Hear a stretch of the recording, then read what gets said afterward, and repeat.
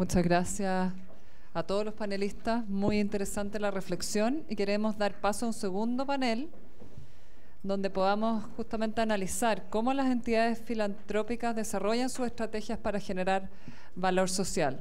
Aquello que hablábamos de este desafío de fortalecer el espacio de cambio social, de cohesión, de bienestar.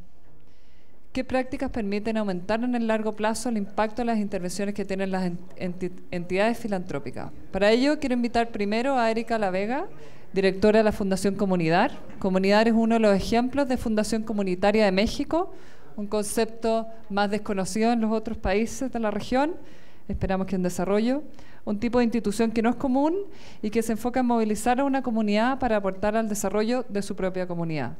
Comunidad es la Fundación Comunitaria de Nueva León, cuya función principal es ser una plataforma eficiente y efectiva que facilita a las personas, instituciones y empresas interesadas en el bienestar de su comunidad llevar a cabo proyectos sociales. Tiene 3 líneas estratégicas: fomentar la inversión social estratégica, crear comunidad e impulsar la participación ciudadana. De Colombia nos acompaña Camila Aguilar, directora ejecutiva de la Fundación Alpina, institución en la que se trabaja por transformar la vida de los campesinos del país desde una mirada productiva del conocimiento, porque son un laboratorio social que evalúa y documenta esos proyectos para que otros puedan replicarlos y llegar así a más campesinos. De Chile participa Marcela Marzolo, directora ejecutiva de la Fundación Educacional Oportunidad, organización que promueve el aprendizaje de niños y niñas desde la primera infancia a través de redes de colaboración y de la mejora continua de prácticas pedagógicas y de liderazgo. Destaca el programa Un Buen Comienzo, que busca mejorar la calidad de la educación inicial, acompañando y formando equipos educativos y directivos de las escuelas públicas en Chile. El diseño, ejecución y evaluación del piloto tomó más de 4 años, desde el 2008 al 2011, involucró a instituciones públicas y privadas, a la propia fundación, la Universidad de Harvard, convirtiéndose así en la primera evaluación experimental con aleatorización de escuelas sobre el desarrollo profesional docente y diseño de enseñanza en Sudamérica. También de Chile participa María Luisa Correa, coordinadora del área de estudio de la Fundación San Carlos de Maipo. La Fundación busca el desarrollo positivo de la infancia a través de la prevención y de programas basados en evidencia. Se caracteriza por el desarrollo de programas que buscan justamente levantar evidencia para su funcionamiento y a través de la investigación, el pilotaje, la adaptación de modelos y desarrollo de incidencia. Han tenido un rol muy importante en el desarrollo de los contratos de impacto social o bonos de impacto social en Chile. Para moderar el panel dejo con ustedes a Emanuel Johansen, también coautor del libro, aquí presentado, coordinador de inversión social de la Fundación de México Alternativas y Capacidades. Esta es una institución dedicada al fortalecimiento del ecosistema de la sociedad civil organizada, con más de 17 años de experiencia, que apoya a través de la investigación, el análisis y el fortalecimiento de la inversión social y las políticas públicas, con el fin de crear un entorno propicio para el sector social en México. Bueno, muy buenos días. Muchas gracias a las panelistas. Precisamente el tema de este panel es hablar de cómo profundizamos el impacto y qué estrategias efectivas podemos recuperar de la experiencia de estas 4 fundaciones para potenciar este impacto social, ¿no? Y para potenciar el cambio social sobre todo, ¿no? Y me gustaría hacer énfasis justo en este concepto. Hemos, desde el día de ayer, hemos estado hablando sobre las problemáticas cada vez más complejas a las que nos enfrentamos como sector y como sociedad, problemáticas en las que vemos que nos enfrentamos a una alta desigualdad en diversos países de América Latina, bajo acceso a recursos, a condiciones de vida, altas diferencias de oportunidades entre sectores de la población que no tienen pues oportunidades de educación, de salud, de protección de sus derechos humanos. Entonces cada vez se vuelve más relevante reflexionar sobre el rol estratégico que tiene la filantropía para atender estas problemáticas complejas, ¿no? Y atenderlas desde un enfoque de cambio social que implica no solamente pensar en cuál es nuestro ámbito inmediato de acción, sino ampliar un poco la visión para entender cómo estas problemáticas se evolucionan, cuáles son los diferentes actores que intervienen en ellas, cómo están influenciando positiva o negativamente y de qué manera podemos potenciar el trabajo de nuestra fundación, sumando aliados, sumando empresas, sumando otras organizaciones, sumando a gobierno, escuchando la voz también de las personas y de los grupos a los que nos enfocamos o a los que atendemos, para identificar también sus retos, sus oportunidades, sus necesidades, y con base en esto tener un panorama mucho más amplio y una visión sistémica y de largo plazo, ¿no? Entonces, partiendo de esta idea de cómo enfocamos o cómo impulsamos el cambio social, tenemos la experiencia de una fundación comunitaria, por ejemplo, que está enfocada en el estado de Nuevo León y que moviliza a actores locales, empresas, líderes sociales, para impulsar una inversión estratégica y una participación ciudadana más efectiva. Tenemos también la experiencia de fundaciones que trabajan en temas de desarrollo rural, en temas de educación y desarrollo en la infancia y de la adolescencia. Entonces creo que son ámbitos temáticos y regionales que nos dan también una buena experiencia para lo que me gustaría que comenzáramos es que nos comentaran desde la experiencia de sus fundaciones cuáles son estos retos a los que dirían que hay que dar prioridad en cada uno de sus temas o en cada una de sus regiones, y que son como un llamado urgente a la acción desde la perspectiva de sus fundaciones. Y si quieren, pues podemos comenzar así como estamos. Primero que nada, muchas gracias por invitarnos el día de hoy. Pensando en cuáles son los principales retos, desde la Fundación San Carlos de Maipo, hay dos cosas que me gustaría mencionar. En primer lugar, tenemos una obligación desde la filantropía de exigirle al Estado ser un mejor Estado, un mejor proveedor de servicios, de programas. En Chile, en base a un estudio que se hizo en el Observatorio de Gasto Fiscal el año pasado, el 72% de los programas a los cuales se les asignó presupuesto estuvieron evaluados como malos e insuficientes. Y esto equivale como más o menos a 380.000 millones de pesos. Entonces, ahí tenemos una obligación de exigirle al Estado que se implementen programas de calidad, programas que estén basados en evidencia y que se monitoree la calidad a través de la cual se están implementando estos programas. En segundo lugar, pensando un poco en lo que tú mencionabas respecto a las temáticas también que trabajamos, desde nuestra perspectiva y en términos también de eficiencia, sí creemos que es importante abordar las problemáticas sociales desde la prevención. Y es algo que también tenemos que exigirle al Estado. Prevenir problemáticas antes de que aparezcan, antes de que sean demasiado tarde, y que sea más complejo y más caro de solucionar e intervenir. Y esto es algo que podemos exigírselo al Estado y nos corresponde exigírselo al Estado, a través de la implementación de programas preventivos y a la vez a través, por ejemplo, de la implementación de programas que sean costo efectivos. Hola, buenos días o no sé si ya buenas tardes. Primero que todo, muchas gracias también por la oportunidad de estar acá. Yo soy de Fundación Oportunidad, nosotros somos una fundación familiar y que somos 100% operadores de programas.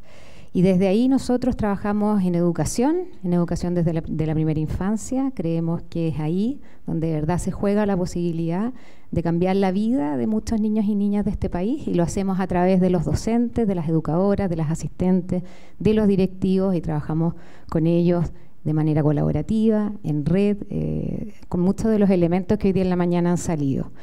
Nosotros lo que vemos como principal desafío a nivel entonces de educación de la primera infancia en este país es el tema de la calidad, y específicamente lo que tiene que ver con los procesos, más allá de lo estructural, que tiene que ver con la infraestructura, con el coeficiente técnico, con la cantidad de niños por sala, que sí todavía tienen espacios de mejora.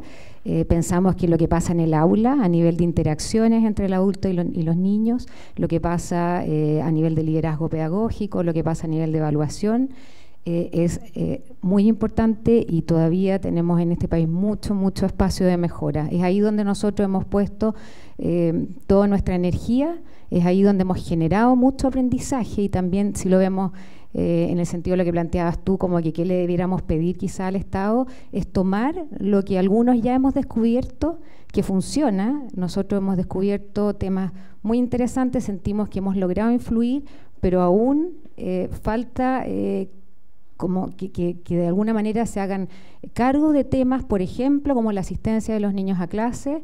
Tenemos datos que muestran que la asistencia de los niños en los niveles de prekinder y kinder, donde sabemos que casi un 100% de los niños están matriculados, es de verdad muy mala, y eso afecta los aprendizajes, y no solamente cognitivos, sino que también socioemocionales. Tenemos temas de calidad de interacciones, temas donde hoy día nosotros podemos decir, aquí hay que poner las fichas, si se pudiera decir de alguna forma.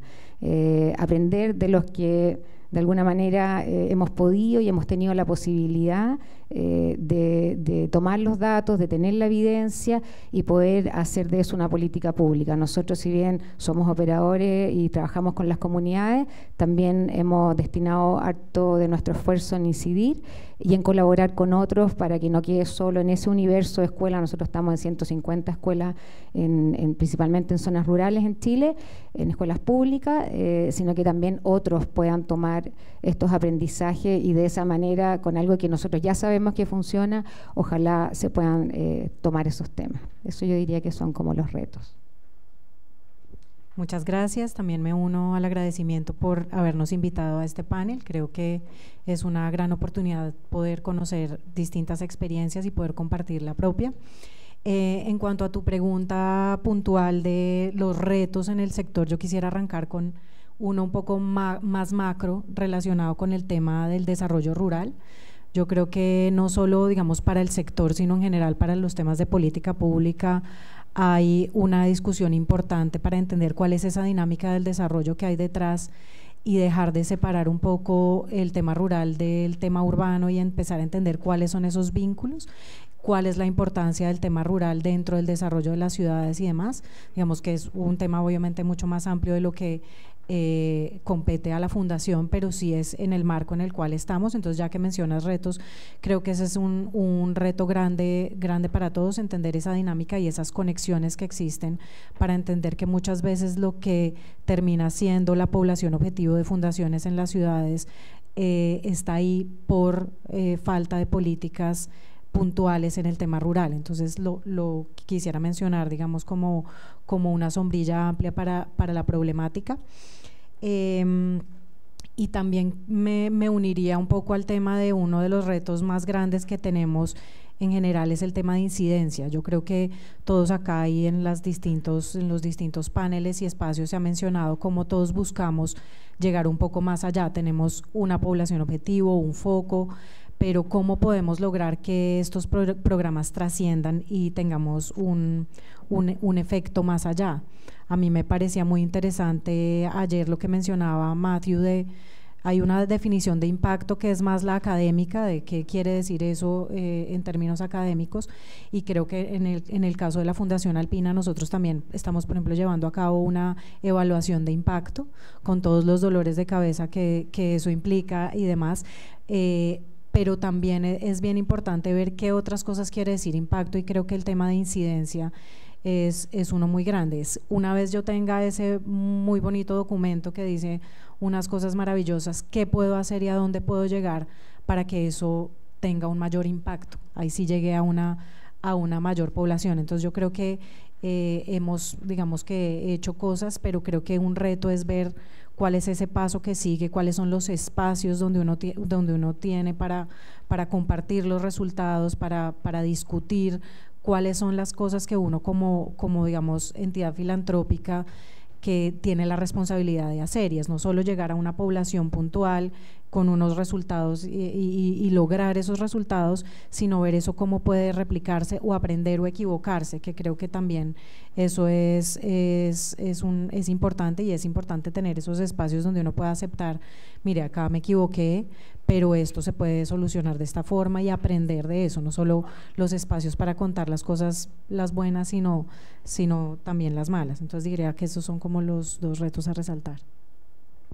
Gracias.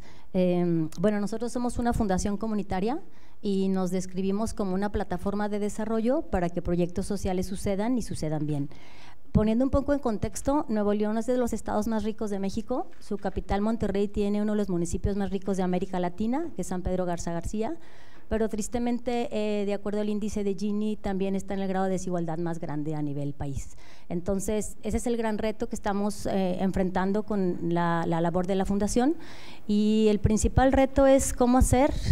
Hay una muy baja participación del capital privado en inversión social, y entonces Nuevo León es eminentemente empresarial. Hay muchas empresas, hay mucho dinero, hay muchos recursos, y hemos encontrado que hay dinero y hay ganas de hacer las cosas, pero el empresario, la familia que tiene el dinero, no sabe cómo, no tiene el tiempo, ni la experiencia, ni la estructura para hacerlo. Entonces, el gran reto para nosotros es que aquel potencial inversionista social que no hace nada, pues que haga algo, y si ya lo hace, que lo hace mejor.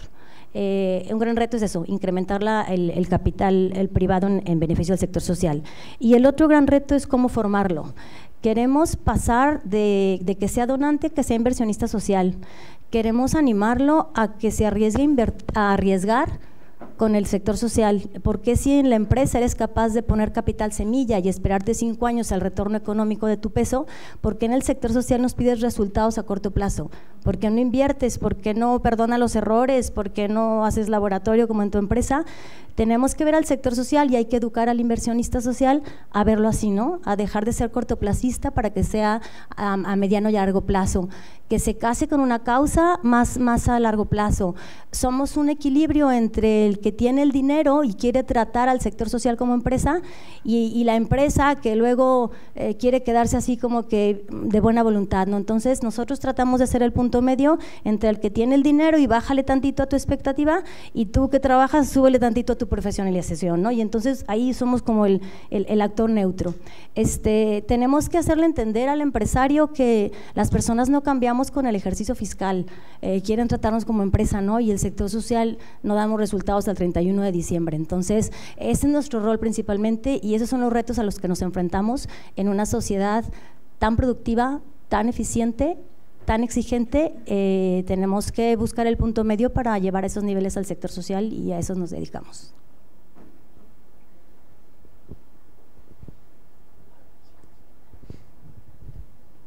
Excelente. Retomando un poco los puntos que comentaron, por ejemplo, la importancia de exigir al Estado.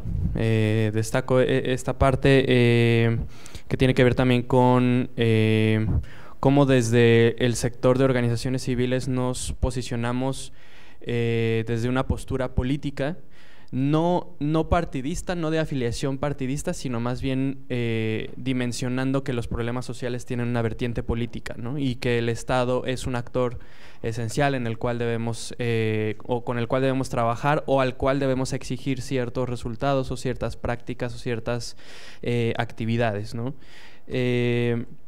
Rescato también que comentaron la importancia de retomar y difundir lo que hemos visto que funciona desde nuestro rol como expertos en los temas que hemos venido trabajando desde pues ya años también, y que conocemos la realidad a la que se enfrentan las poblaciones con las que trabajamos, y que vale la pena también posicionar ese conocimiento y esa experiencia con otros actores que están trabajando, ¿no? en ese entorno.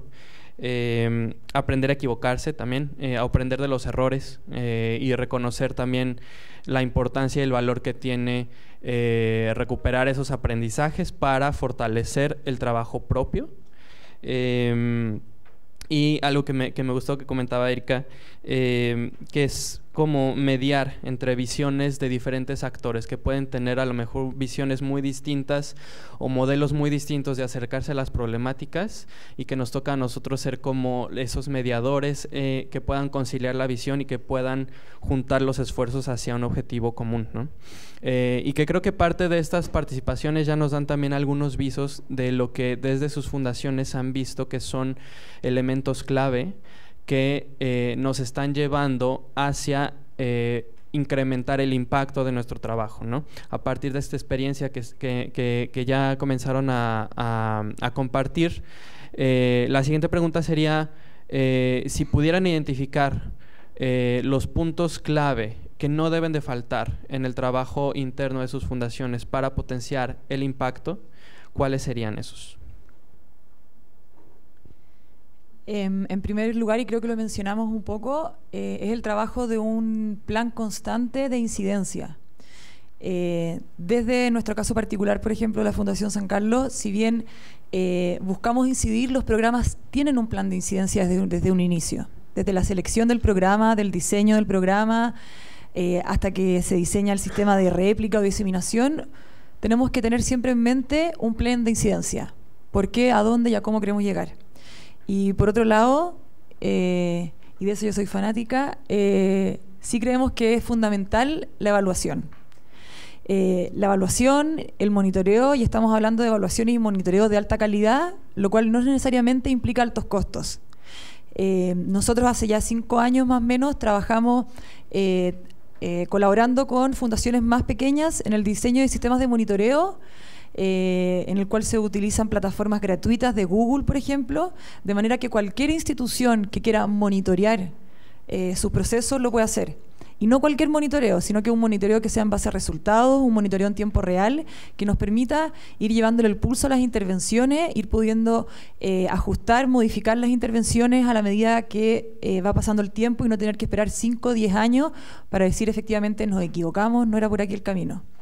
Y a la vez exigir eso mismo al Estado y a las otras instituciones, sacarnos de la cabeza que la evaluación y el monitoreo tiene que estar centrado principalmente en coberturas, por ejemplo, o en cumplir netamente objetivos específicos que muchas veces no están vinculados con el impacto, pero sí tener en mente que la evaluación tiene que ir centrada y orientada a la obtención de resultados que nos permitan mejorar la calidad de nuestra intervención y asegurar en el minuto que queramos hacer grandes inversiones para evaluar impacto, asegurar que vamos a lograr tener, esperemos, el impacto positivo que estamos deseando.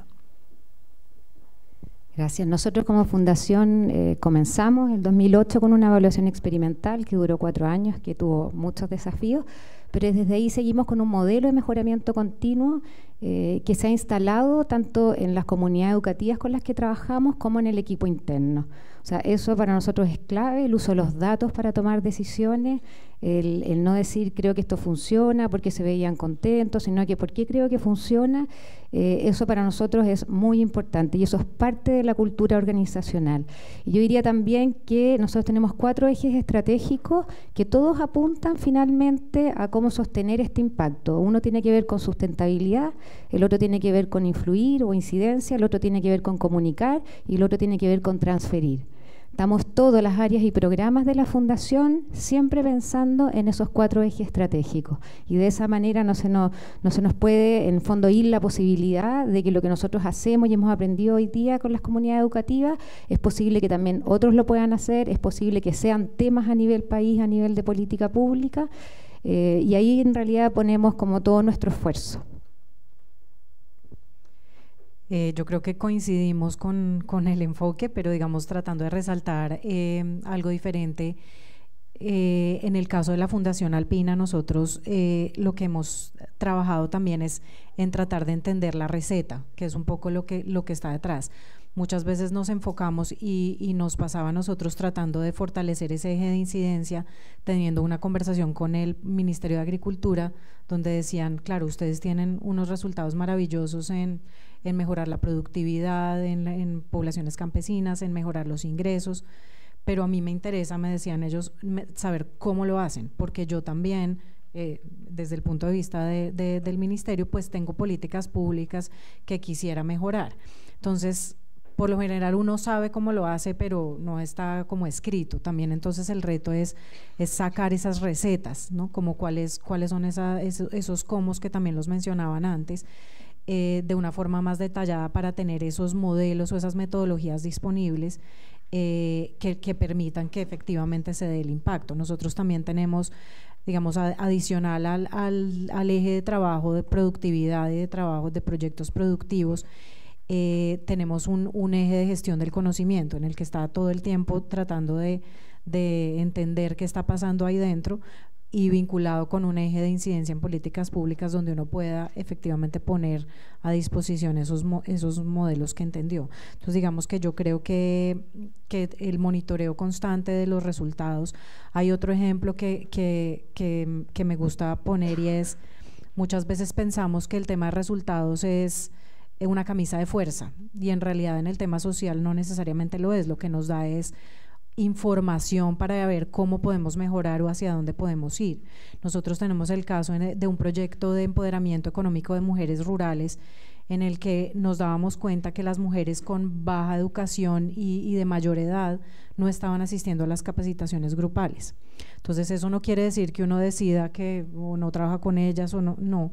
Ahí la información que te está dando es, hay un grupo que no está recibiendo todo el tema. ¿Qué puedo ajustar yo en mi metodología para lograr un mayor impacto? Digamos, viniendo de nuevo al tema de las diferencias de impacto. Entonces, ahí uno empieza a hacer algunos ajustes, lograr que los técnicos logren unos espacios puntuales para reunirse con mujeres de estas, o hacer digamos, un ajuste al contenido de esto para lograr llegar a una mayor población. Entonces, son ejemplos concretos de cómo la información nos da la posibilidad de hacer ajustes y de hacer mejor los proyectos. Gracias. Bueno, algo clave para nosotros es respetar la voluntad del donante y no se entienda como el que tiene el dinero manda. Simplemente que nosotros no nos importa con lo que llegues. Si tú quieres repartir cobijas, te voy a ayudar. Si tú quieres salvar al perro de 3 patas, te voy a ayudar, pero me interesa por lo que te quedas y cómo te vas. Entonces, ahí llega un proceso de que te recibo con la intención que tengas. Lo que se trata es de que hagas algo por los demás, pero luego te voy llevando en un proceso de formación donde entonces te voy a convencer por qué repartir cobijas no es la mejor manera de quitar el frío, porque ser tan asistencial no impacta tanto de manera sistémica, pero es un proceso. Entonces, de entrada, eso es algo muy importante para nosotros y ha sido estratégico, el aceptar al donante o al inversionista social con la intención social, con el sueño que él trae para cambiar el mundo, y ya poco a poco le vamos diciendo si era la manera adecuada de salvar al mundo, ¿no? Lo segundo es no perder de vista que nuestra razón de ser es el sector social. Nuestra manera de ayudar y fortalecer al sector social es esa, movilizando más recursos para el sector social. Sin dinero, para bien o para mal, es muy complicado que demos la vuelta a la problemática social, ¿no? Entonces, no perdemos de vista, o no hay que perderlo, que el sector social es nuestra razón de ser, nada más que hemos escogido la trinchera de educar al filántropo para que lo haga bien. En ese sentido, tenemos que trabajar de manera paralela, porque estamos formando un inversionista social en tendencias de filantropía, cómo hacer mejor tu inversión, temas de largo plazo, apuéstale a las organizaciones que tienen alianzas, a las que estén alineadas con objetivos del desarrollo sostenible, pero si no volteas a un sector social a educarlo y a decirle para dónde va la tendencia de la filantropía, entonces se hace un espacio muy grande entre el que tiene y va a darlo bien y entre el que lo necesita, ¿no? Entonces, otra cosa clave para nosotros es eso, es no dejar fuera al sector social. Al sector social me refiero al que opera, porque es para quien realmente estamos, ¿no? Y la última cosa clave es entender nosotros como fundación que no estamos para redistribuir el dinero que se da, estamos para crecerlo. No se trata de repartir el mismo pastel y entonces que el donante le quite el donativo a la Cruz Roja para que se lo dé a un proyecto más de desarrollo. Pues no, la Cruz Roja necesita, aunque sea asistencial, ¿no? Entonces, nos queda muy claro a nivel consejo que no es redistribuir el mismo pastel, es hacer el pastel más grande para que alcance para todos.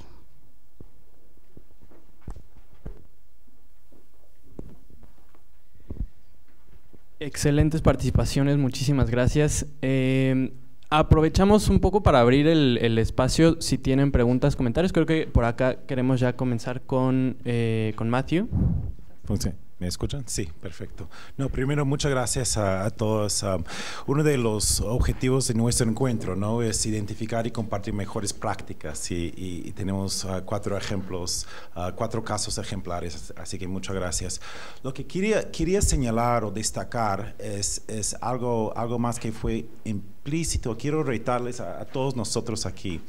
En términos de una mejora práctica. Camila, ayer hablamos, ¿no?, todos nosotros de realmente pensar de una manera más amplia de la incidencia y el impacto, ¿no? Entonces, solo quería compartir, no está en el libro, y Marcela de repente no sabe lo que voy a hacer ahora, así que no te asustes, Marcela, pero hay una entidad filantrópica en Perú que se llama Luminario, ¿no? Y claro. Y yo creo que es un caso muy interesante y mencionaste transferencia, ¿no? Y solo para compartir con ustedes, yo lo veo como una entidad casi gemela, ¿no?, con su fundación, porque han adoptado y están implementando un programa muy parecido a Un Buen Comienzo, ¿no? Pero la importancia de la evidencia que ustedes han generado, el aprendizaje, ¿no?, operacional y todo, ellas nos cuentan la importancia de esta transferencia para ellos y su habilidad de poder llegar mucho más rápido a cierta escala, porque ustedes ya a duras penas tienen que aprender, etcétera, y ellos hablaron de que la importancia de tener acceso a ustedes, intercambios, etcétera, aprender de ustedes para poder montar el programa, obviamente adaptado a su contexto local y están haciendo cosas diferentes, ¿no? Pero cuán crucial fue, ¿no? Entonces yo quiero retarnos a pensar, porque implícitamente hablamos de incidencia dentro de Chile, Colombia, Perú, México, etcétera, pero también no nos perdemos de cuenta la incidencia que se puede tener en términos de mejores prácticas, compartir la evidencia, no solo de impacto, que es la cosa sexy, pero también de cómo operar, ¿no?, que es lo que estamos buscando en general, ese espíritu de ese encuentro. Pero solo quería señalar este caso y pensar cuántas otras oportunidades hay, ¿no? Porque justamente por lo que han hecho ustedes, seguro que han ahorrado 2 años de trabajo, 3 años de trabajo para llegar donde están. Así que solo para compartir. Vamos a pasar el micrófono.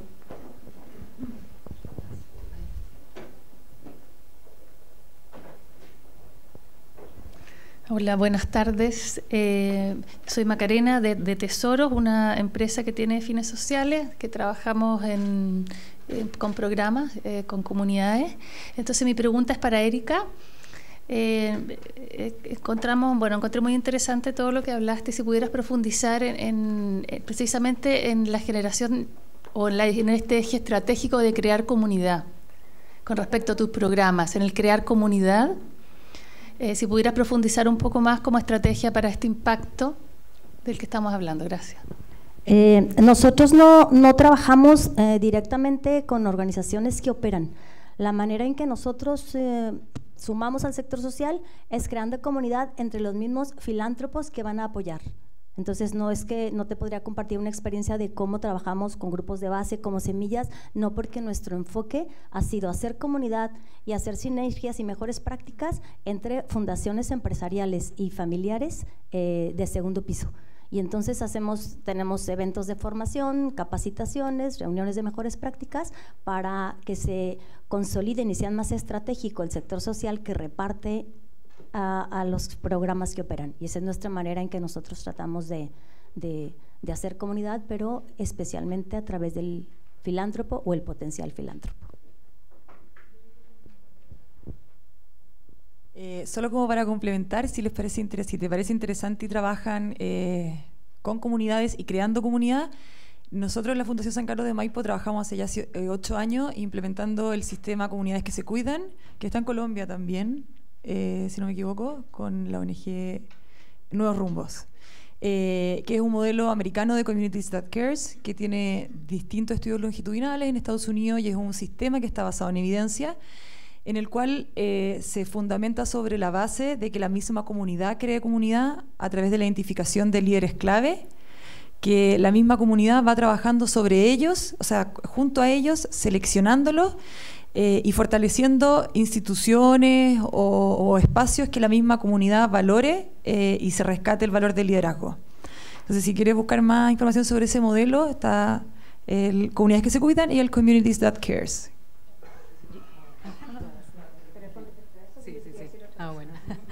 No, ya que tú también mencionas, nosotros también, no lo dije antes, pero uno de los ejes dentro del tema productivo es el tema de fortalecimiento a las asociaciones y organizaciones. Obviamente, dentro del marco productivo y del tema de generación de ingresos, sin embargo, tenemos una metodología que se llama grupos autogestionados, que es un tema más comunitario, que arranca, digamos que todo el proceso de cohesión social, pero a través de unos principios básicos como el respeto, la responsabilidad, la solidaridad y el compromiso, que ayuda a tejer ese tejido social, obviamente alrededor del propósito que tenemos en los proyectos, pero lo que hemos visto es que ayuda a que esto sirva para crear una comunidad base para muchos otros temas adicionales. Hay organizaciones que entonces ya son referentes en sus territorios para liderar otros procesos políticos o para ejecutar proyectos de las alcaldías, etcétera. Entonces hemos visto que por la base, digamos, con la cual se arranca, se genera, digamos, una comunidad sólida. Yo quisiera agregar algo que tiene que ver con lo que mencionabas tú de compartir, y como una invitación de compartir con generosidad. Nos ha pasado, quizás no tanto en este mundo más de fundaciones familiares, empresariales, donde no estamos buscando recursos, pero nos ha pasado, nosotros somos miembros de la Comunidad de Organizaciones Solidarias, de un montón de otras organizaciones donde hay fundaciones que efectivamente necesitan como mucha visibilidad para sobrevivir, pero yo creo que nunca se nos tiene que olvidar el propósito. Si nosotros queremos que todos los niños y niñas tengan la posibilidad de desarrollar al máximo su potencial, y eso no importa quién lo hizo, si lo hice yo, lo hiciste tú. Yo creo que finalmente tenemos que compartir y dejar nuestros recursos a disposición de todos para que de esa manera podamos tener un impacto mayor. Tenemos todavía quizá espacio para dos preguntas más, si alguien quiere participar. Sí. Es una pregunta para Marcela, que me llamó la atención, que dijiste evaluación, incidencia, transferencia y comunicación. Es algo que no es muy común dentro de las fundaciones filantrópicas. Si podrías ampliar ese aspecto de comunicación, cómo lo tienen enfocado, qué hacen, por qué también. Tenemos un área que es de comunicación estratégica, donde difundimos constantemente lo que estamos haciendo, lo que hemos aprendido. Queremos como de alguna manera que nos conozcan para que así lleguen quizás a nosotros a pedirnos ayuda sobre determinados temas. Nosotros tenemos harta experiencia acumulada en relación a educación inicial, a enseñanza de inglés desde los primeros años, y la única forma de que sepan que nosotros tenemos esa experiencia acumulada es comunicando lo que hacemos, difundiendo a través de redes sociales, hacemos seminarios. Tenemos varias instancias donde por una parte difundimos y también por otras instancias donde más concretamente hacemos transferencia o hacemos incidencia, pero para nosotros es clave el eje de la comunicación, es una forma de que otros sepan que existimos y que estamos ahí dispuestos a poder compartir todo lo que hemos aprendido.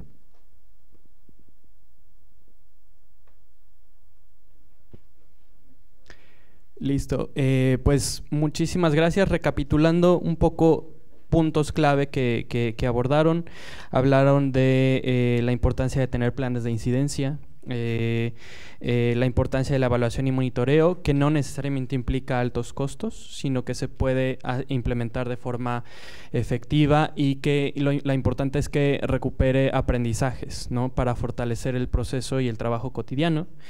Identificar bien estas recetas, cómo se hacen las cosas para poder difundir estas prácticas entre otros actores que están participando también en procesos clave.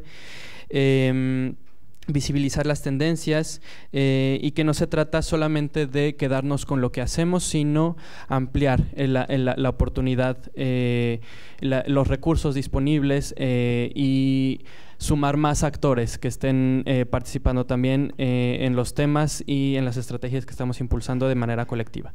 Muchísimas gracias por su participación, y muchas gracias.